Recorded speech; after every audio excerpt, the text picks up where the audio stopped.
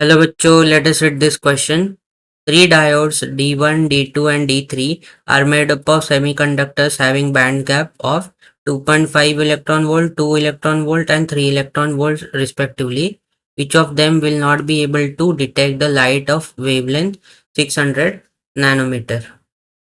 तो इस क्वेश्चन में and the question B is why photodiodes are required to operate in the reverse bias? Explain. तो पहले question में हमें क्या दिया है कि तीन डायोड्स दिए है और उनके लिए बैंड गैप्स हमें गिवन है। तो हमें फाइंड आउट करना है कि इनमें से कौन सा फोटो डायोड जो है ये लाइट को डिटेक्ट नहीं कर पाएगा, light of wavelength 600 nanometre. And second हमें क्या पूछा है कि फोटो डायोड जो है उनको हम लोग रिवर्स बायस में क्यों ऑपरेट करते हैं। तो यहाँ पे जो की कॉन्सेप्ट हम लोग यूज करेंगे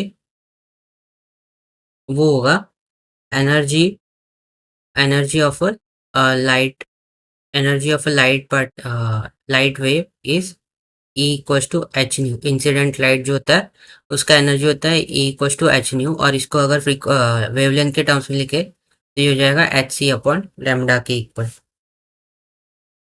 तो अभी क्वेश्चन में हमें क्या दिया हुआ है, ए वाला पार्ट अगर पहले सॉल्व करें तो लैम्डा हमें गिवन है 600 नैनोमीटर। दैट मीन्स ये हो जाएगा 600 इंटू 10 और -9 मीटर हो जाएगा।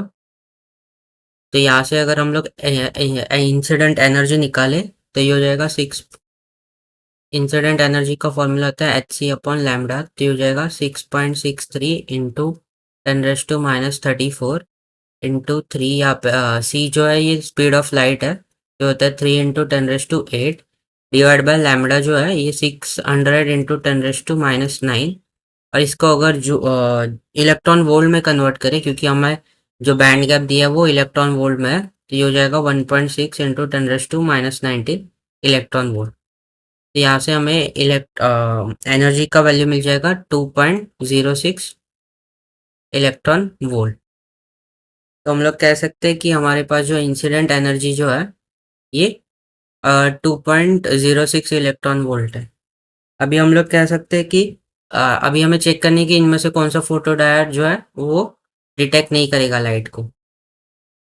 तो अगर लाइट डिटेक्ट होना है तो जो फोटो डायोड है, फोटो डायोड को जो एनर्जी है ऑफ इंसिडेंट रेडिएशन जो है वो ग्रेटर होना चाहिए उसके बैंड गैप से।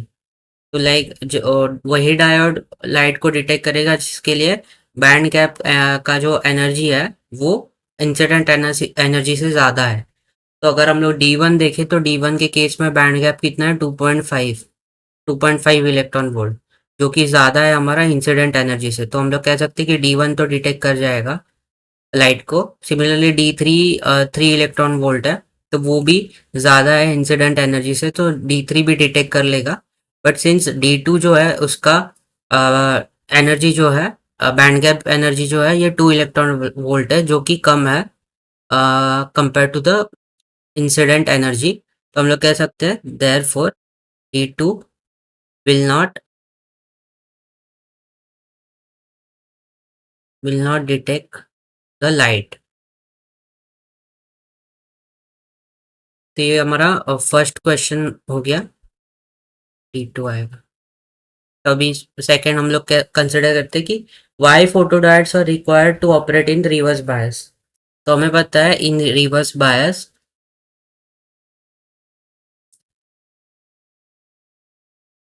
Width of depletion layer increases. और डिप्लीशन लेयर जो है उसका विड्थ इंक्रीज होता है इन रिवर्स बायस। अभी अगर यहाँ पे हम लोग लाइट इंसिडेंट करते हैं तो electron and hole pair generate होंगे। और ये जो इलेक्ट्रॉन एंड हम लोग कह सकते हैं कि रिवर्स बायस डायोड में जो है ये जो लाइट इंसिडेंट लाइट जो होती है वो इफेक्टिवली कन्वर्ट हो जाती है, इफेक्टिवली कन्वर्ट हो जाती है करंट में broad due to the broad depletion layer. तो हम लोग कह सकते हैं कि due to the large depletion layer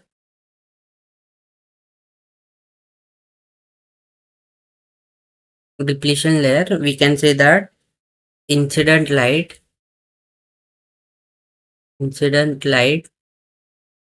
gets converted into current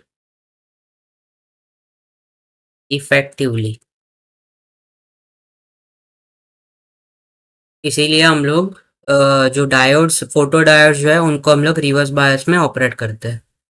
so I hope you have understood it well and best of luck.